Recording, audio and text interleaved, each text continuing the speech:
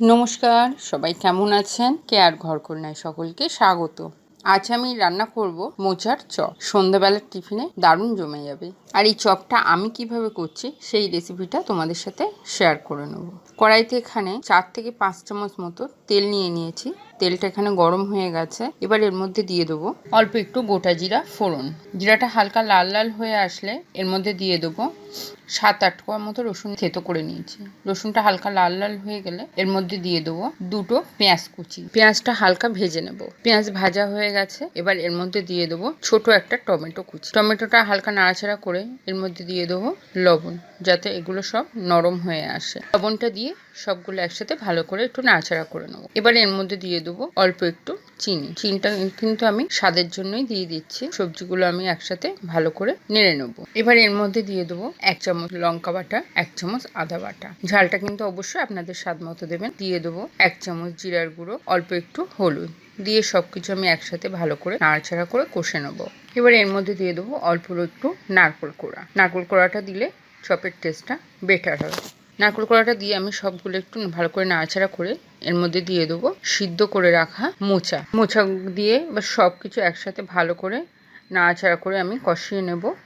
এবার 5 মিনিটের জন্য কড়াইয়ের ঢাকনাটা দিয়ে দেবো। দিয়ে আঁচটাকে কিন্তু একদম লো ফ্লেমে দিয়ে দেবো। এবার কড়াইয়ের ঢাকনাটা খুলে দেখে নেবো সব কিছু ভালো মতো সিদ্ধ বা কষানো সবটাই কমপ্লিট হয়েছে কিনা। আবারও আমি মোচাটাকে ভালো করে নাড়াচাড়া করে নিলাম। এবার এর মধ্যে আমি দিয়ে দেবো একটা আলু সিদ্ধ, যেটা আমি আগে থাকতেই ম্যাশ করে রেখে দিয়েছিলাম। এবার আলু সিদ্ধটাকে ভালো করে সবজিগুলোর সাথে মিশিয়ে নেব। এবার এর মধ্যে দিয়ে দেবো কসুরি মেথি। এটা আমার স্বাদের জন্যই দিচ্ছি।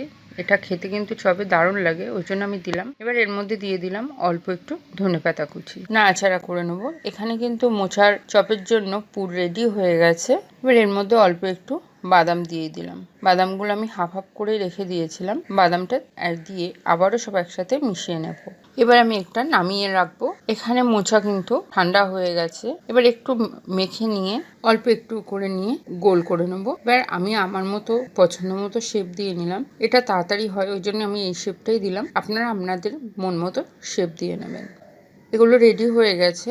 এবার আমি একটা বাটিতে ব্যাটার তৈরির জন্য নিয়ে নিলাম 2 চামচ ময়দা, অল্প একটু গোলমরিচ, অল্প একটু শুকনো লঙ্কার গুঁড়ো। সব উপকরণগুলো আমি একসাথে একটু মিশিয়ে নেব।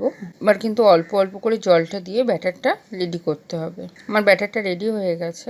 এখানে আমি নিয়েছি বিস্কুটের গুঁড়ো। এবার এক একটা করে মোচার বলগুলো নিয়ে আমি ব্যাটারে আগে চুবিয়ে নেব। নিয়ে তারপরে বিস্কুটের গুঁড়োর মধ্যে দিয়ে এইভাবে কোট করে নেব। আবারও আমি ব্যাটারের মধ্যে চুবিয়ে নিলাম। নিয়ে আবারও বিস্কুটের গুঁড়ো নিয়ে এইভাবে কোট করে নিলাম। আমি কিন্তু এবার এখানে 2বার করে কোট করে নিয়েছি। এতে মুচমুচে হবে, জিনিসটা খেতেও ভালো লাগবে।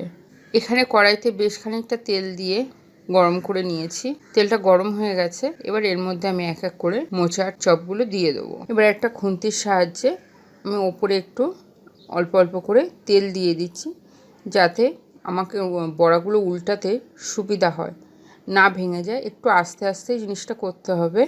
এখানে কিন্তু চপগুলো ভাজা হয়ে গেছে। এবার আমি তুলে সার্ভ করে দেবো। এটা টমেটোর সসের সাথে খেতে কিন্তু দারুণ লাগে। আর টমেটোর সসের সাথে না খেলে মুড়ি দিয়ে কিন্তু ভালো লাগে। দেখুন কেমন হয়েছে। তবে আমার রেসিপিটা কেমন লাগলো অবশ্যই কমেন্ট বক্সে জানাতে কিন্তু ভুলবেন না।